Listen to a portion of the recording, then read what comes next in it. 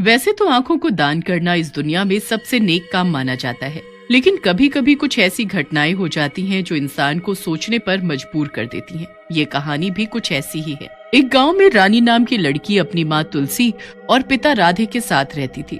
एक रात गांव में जोरों से बारिश हो रही थी। इस बीच रानी को बहुत तेज बुखार आया। ये देखकर तुलसी और राधे बहुत परेशान हो गए। तुलसी राधे से बोलती है, अजी आप कुछ करिए, रानी का बुखार तो उतर ही नहीं रहा। घर में जो भी दवाई थी सब दे दी। तुम चिंता मत करो तुलसी, मैं अभी गांव वाले डॉक्टर को लेकर आता हूँ। बस मैं यूं गया और यूं आया। ऐसा कहकर राधे डॉक्टर को लेने चला जाता है। उधर रानी बुखार की वजह से तड़पने लगती है। माँ, मुझे बहुत तेज शरीर पे दर्द हो रहा है और मेरा सर भी फटा जा रहा है, कुछ करो माँ। रानी की बात सुनकर तुलसी बोलती है, तू चिंता मत कर बेटी, तेरे पिताजी गए हैं डॉक्टर को लेने, बस वो आते ही होंगे, फिर सब ठीक हो जाएगा। थोड़ी देर बाद राधे वापस आ जाता है। उसके साथ कोई डॉक्टर नहीं होता। ये देख तुलसी गुस्से में आ जाती है और राधे को डांटते हुए बोलती है, तुमसे कोई काम नहीं होता, डॉक्टर भी ना ला पाए, कहाँ थे अब तक?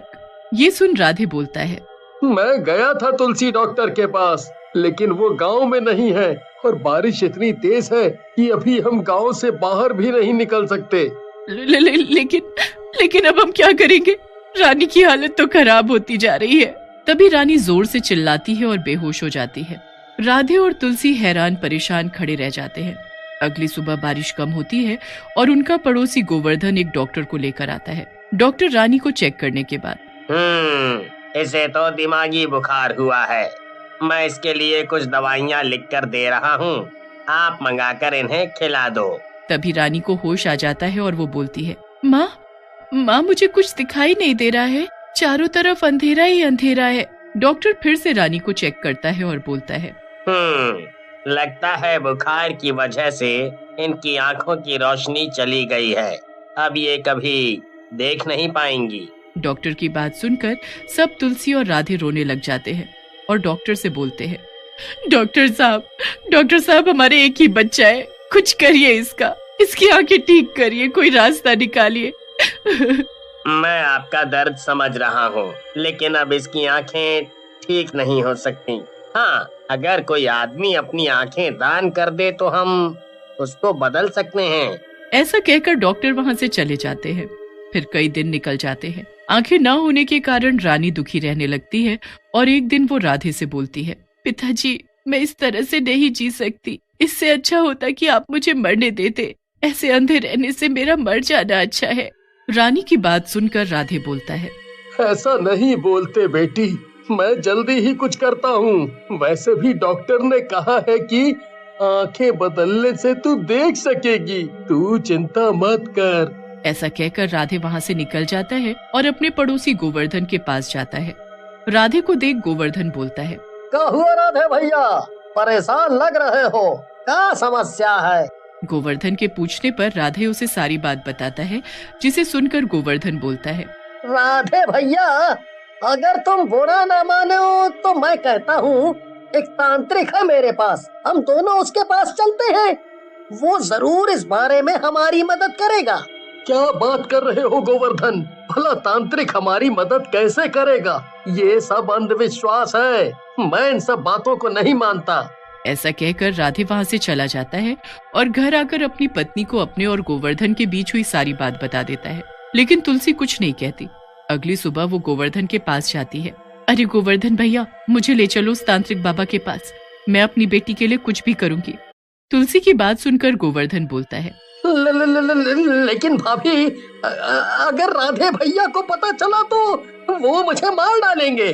किसी को कुछ नहीं पता चलेगा गोवर्धन भैया, ये बात हम दोनों के बीच में रहेगी, आप बस ले चलो मुझे। फिर तुलसी की जिद के आगे गोवर्धन की कुछ नहीं चलती और वो तुलसी को लेकर बाबा के पास चला जाता है। बाबा तुलसी को देखकर कहता है, आओ बेटी तुलसी आओ, मुझे पता था तुम यहाँ आओगी। बाबा के मुंह से अपना नाम सुनकर तुलसी हैरान रह जाती है और बोलती है, अरे बाबा आप तो अंतर्यामी हैं, आप तो सब जानते हैं, मेरी समस्या का कुछ कीजिए।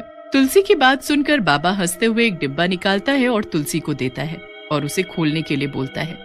तुलसी डब्बे को खोलती है और हैरान रह जाती है, बाबा इसमें तो किसी की आंखें हैं। बाबा आप धन्य हैं, आपने मेरी सारी समस्या को दूर कर दिया।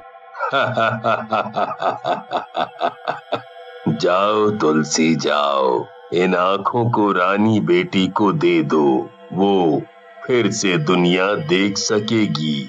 तुलसी खुशी खुशी आंखें लेकर घर पहुंचती है, लेकिन राधे किसी काम से कुछ दिनों के लिए शहर चला जाता है। तुलसी वो आंखें लेकर डॉक्टर के पास पहुंचती है। डॉक्टर भी रानी को आंखें लगा देता है। माँ मुझे सब दिख रहा है, मेरी आंखें वापस आ गई माँ। फिर तुलसी मन ही मन बहुत खुश होती है और बाबा को धन्यवाद करती है। लेकिन उसी रात जब तुलसी और रानी सो रहे होते हैं, रानी एकदम से उठ जाती है। उसकी आंखों से खून बह रहा होता है। रानी अपने कमरे से निकलती है और गांव में चली जाती है। अगली सुबह गांव वालों को किसी आदमी की लाश मिलती है। अरे बाप रे, इस पंकज को किसने मारा, वो भी जानवरों की तरह, और देखो इसकी तो आंखें भी गायब हैं। फिर गांव वाले पंकज की लाश का अंतिम संस्कार कर देते हैं। उसी रात रानी फिर उठती है। उसकी आंखों से खून टपकने लगता है और फर्श पर गिर जाता है। रानी घर के बाहर जाकर बैठ जाती है, लेकिन इस बार तुलसी भी उठ जाती है और वो गिरे हुए खून का पीछा करने लगती है। तभी तुलसी को रानी दिखाई देती है और वो रानी को आवाज लगाती है, लेकिन रानी उसकी तरफ पीट करके ही खड़ी रहती है। तुलसी रानी के पास जाती है और बोलती है, रानी क्या हुआ बेटी, यहाँ क्यों खड़ी है? तुलसी की बात सुनकर रानी की गर्दन तुलसी की तरफ घूम जाती है। रानी का चेहरा बहुत भयानक होता है, उसकी आंखों से खून टपक रहा होता है। ये सब देखकर तुलसी डर की वजह से वहीं बेहोश हो जाती है। अगली सुबह जब उसकी आंख खुलती है तो राधे उसके पास होता है।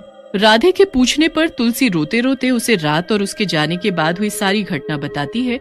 मेरी बेटी को बचा लो राधे, मेरी वजह से वो ना जाने किस मुसीबत में पड़ गई है, बचा लो उसे। फिर राधे गांव वालों और तुलसी को लेकर तांत्रिक के पास पहुंचता है। वहां उसका पड़ोसी गोवर्धन पहले से ही मौजूद होता है। रानी को उन दोनों ने एक पेड़ से बांध कर रखा होता है। गांव वालों को देखकर तांत्रिक बोलता है, गांव वालों, यहाँ से चले जाओ। इस लड़की की बलि के बाद मैं और मेरा बेटा गोवर्धन दोनों अमर हो जाएंगे। दुष्ट तांत्रिक, इस दुनिया में जो भी आता है उसे मरना ही होता है। तू भी मरेगा, छोड़ दे मेरी बच्ची को। तेरी बच्ची को मैं नहीं छोड़ सकता। आज ये मरेगी और मुझे अमर करेगी। तांत्रिक की बात सुनकर राधे गुस्से में एक चाकू उठाता है और गोवर्धन के गले में लगाकर बोलता है, दुष्ट, अगर तूने मेरी बेटी को नहीं छोड़ा तो मैं इस गोवर्धन की जान ले लूंगा। समझा? छोड़ रानी को, मैं कहता हूँ छोड़ रानी को। गोवर्धन की जान खतरे में देखकर तांत्रिक रानी को छोड़ देता है, लेकिन तब तक गांव वाले उन दोनों के ऊपर लाठी डंडों से टूट पड़ते हैं और थोड़ी ही देर में दोनों को मार डालते हैं। तांत्रिक के मरते ही रानी के ऊपर हुआ जादू भी खत्म हो जाता है।